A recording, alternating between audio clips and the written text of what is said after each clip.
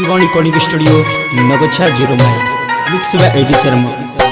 नया नया छौरी सबके लगबै छ भोग हो माल भोग बाबा तुही छी हतरा बाबा। नया नया छौरी सबके लगबै छ भोग हो माल भोग बाबा तुही छी हतरा बाबा।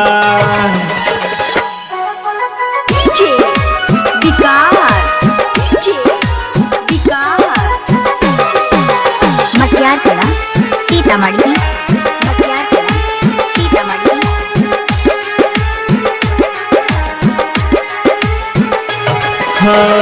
बिही से बारिश से नीचा जे भी अब तोहर दुआरी हो घर में लेके बाबा बंद कर दै छ तू केवारी हो।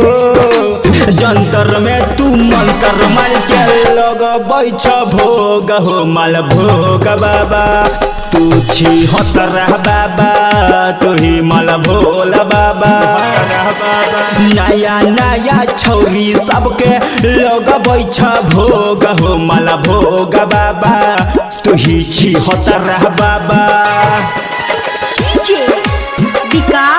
हाँ सुंदर छी सुंदर अमिका शर्मा के आवाज में। निमन निमन चीज देखी के गंजवा में मारई छदम हो चीज पवित्र तर लागै छ कोरी दिल कम हो।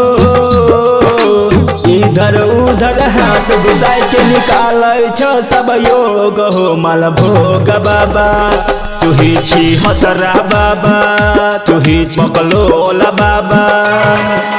नया नया छौरी सबके लगबै छ भोग हो माल भोग बाबा तुही छी हतरा बाबा। जय हो बाबा हो। शिवानी कॉलिंग स्टूडियो नगोछा 0 माइल।